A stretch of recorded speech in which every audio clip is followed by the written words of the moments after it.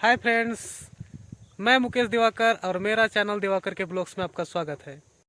Friends, ये उस video का दूसरा पार्ट है। अगर पहला पार्ट भी आप अगर देखना चाहते हैं तो हमारे डिस्क्रिप्शन पे वह लिंक मिल जाएगा, आप वहां से क्लिक करके देख सकते हैं।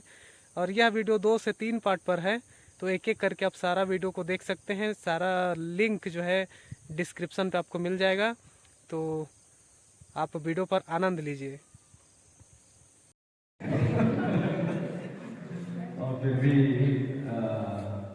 आदरणीय रोहित भाइयों, अजीत, ममता, राकेश, दिलीप और सभी छोटे नन्हे मुन्ने भाइयों और बहनों,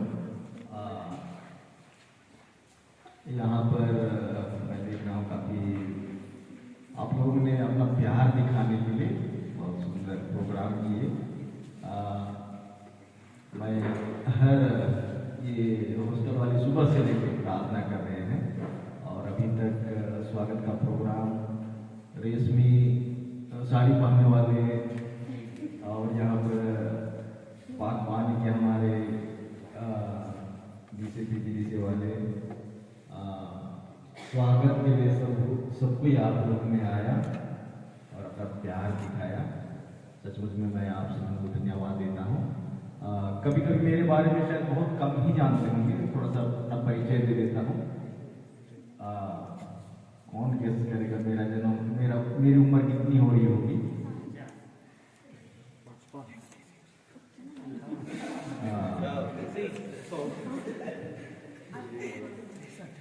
तो आज के तारीख में मेरा जन्म लगभग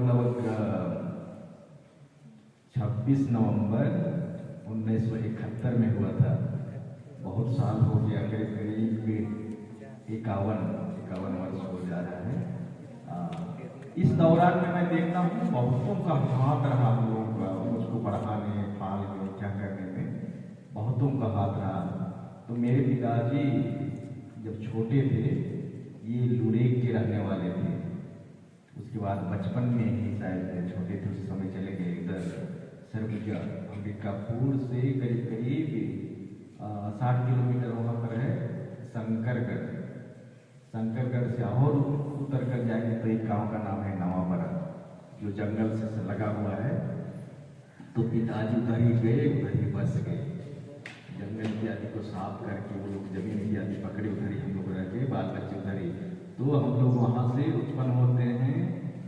2 भाई और 5 बहनें, 2 भाई और 5 बहनें, इस तरह से 7 जन हम लोग थे। एक दीदी थी, वो खत्म हो गई, नहीं तो अभी सब कोई जीवित है। सब उनकी शादी ब्याह हो गई है। मैं बचपन में ही सोचता था कि मैं पुरोहित बनूंगा, इसलिए कोई दूसरा ऑप्शन नहीं था।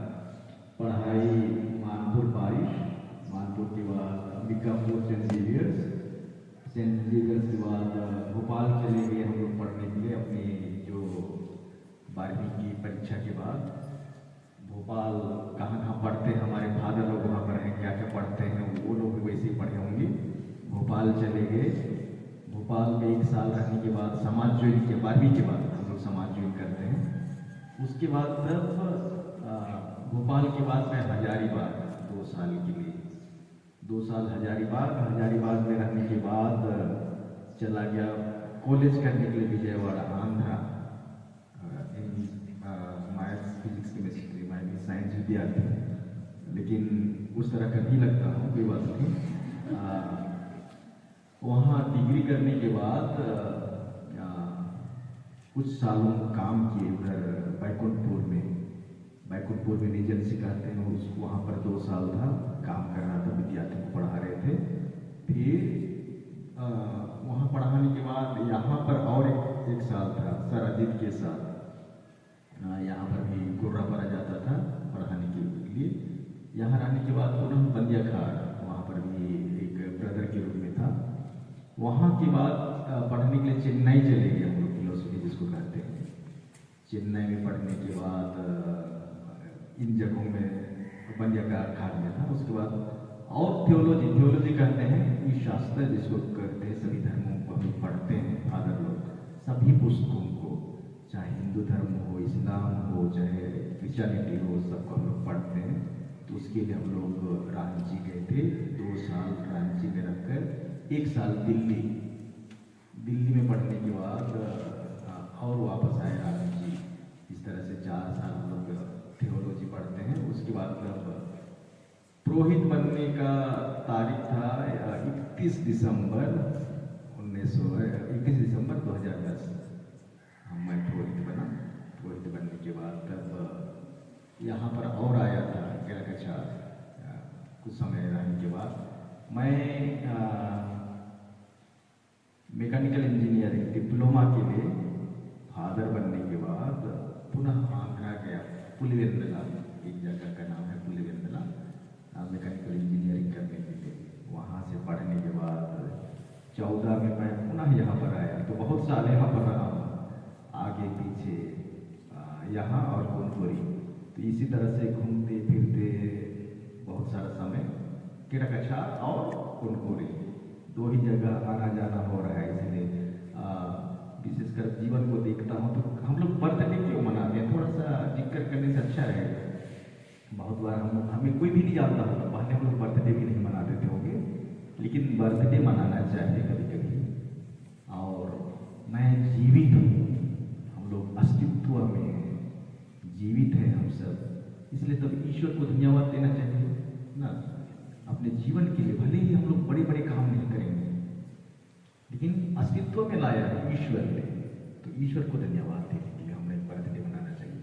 साथ साथ में बचपन से लेके अभी तक कितनों का, हजारों का हाथ होगा हमें बनाने के लिए, एक इंसान बनाने के लिए, अच्छा व्यक्ति बनाने के लिए। बहुतों का पढ़ाई लिखाई से लेके कितना समय बीत गया, बहुतों का हाथ होता है। इसलिए अपने अस्तित्व के लिए ईश्वर को धन्यवाद देना चाहिए, उस क्रिएटर को। साथ साथ में प्यारे विद्यार्थियों, क्यों बर्थडे मनाना चाहिए? बर्थडे मनाना चाहिए क्यों? जन्म देने वाले हैं हमारे माता पिता। बर्थडे के दिन में माता पिताओं को कम से कम थैंक यू पापा, थैंक यू मम्मी, धन्यवाद आपने जन्म दिया है, उनको भी अच्छा लगेगा मेरा बेटा मेरी बेटी है मुझको याद करती है, करता है। इस तरह से बोलने से अपने माता पिताओं को याद करना चाहिए, भाई बहनों को याद करना चाहिए, अपने रिश्तेदारों को याद करना चाहिए, अपने जितने भी बेनिफिशरीज हैं, काम हमारे ऊपर किए हैं, उनको याद करने के लिए बर्थडे मनाना चाहिए। साथ साथ में कभी कभी लगता है कि मैं कुछ भी नहीं हूँ, लेकिन बर्थडे मनाते समय हमें यह होना चाहिए अभी मैं कैसे जीवन जी रहा हूँ, उस पर भी चिंतन करने के लिए समय होता है बर्थडे मनाने के लिए। भूतकाल में कैसे था, अभी वो प्रेजेंट में हूँ, यहाँ पर वर्तमान में हूँ, इसके बाद फ्यूचर में मैं क्या करूँगा शायद। इसलिए अपने के लिए कुछ योजना बनाने के लिए, कुछ प्लानिंग करने के लिए, क्या मैं अच्छा जीवन जी रहा हूँ, नहीं जी रहा हूँ, उस पर भी चिंतन करने के लिए हमें बर्थडे मनाना चाहिए। और सब ये बर्थडे यही दिखाता है कि हमें प्यार करने वाले बहुत लोग हैं, बहुत सारे लोग हैं। आज यहाँ पर आप लोगों ने अपना मुझे प्यार का एहसास दिलाया। आप लोग यही बोले होंगे आई लव यू, अपने छोटे छोटे फूलगुच्छा से, माला से, अपना समय लेकर हम लोग प्रेम से बंधे हुए हैं प्यार विद्यार्थियों। आप छोटे छोटे मुस्कानों से हम लोग एक दूसरे का परिचय देते हैं। इस तरह से तो यहाँ पर रहते हुए मुझे बहुत अच्छा लगता है। बहुत बार बार आता हूँ जाता हूँ, लेकिन बहुत अच्छा युवाओं के साथ रहकर मुझे अच्छा लगता है, उनको पढ़ाने के लिए, उनको अगुवाई करने के लिए। कम से कम ये लोग सीखते हैं, हम लोग सीखते हैं कुछ।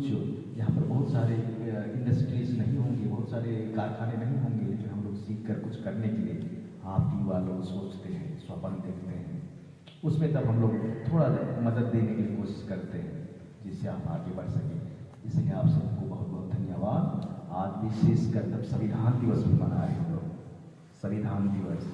मैं बहुतों को सुबह बोल रहा था, हमारे पुरखे लोग पेट बिगाड़ी करते थे प्यारे भाई बहनों, उसमें अधिकार दिया गया है, संविधान में अधिकार दिया गया है, आप अपने पैरों पर खड़े कीजिए, वो अधिकार दिया है। आरक्षण दिया गया है संविधान में, नौकरी के लिए, आदिवासियों के लिए, ST SC सबों के लिए अधिकार दिया गया है। उसको हम लोग खोते जा रहे हैं, लेकिन उस अधिकार की लड़ाई आप आवाज़ उठाएंगे तभी होगा।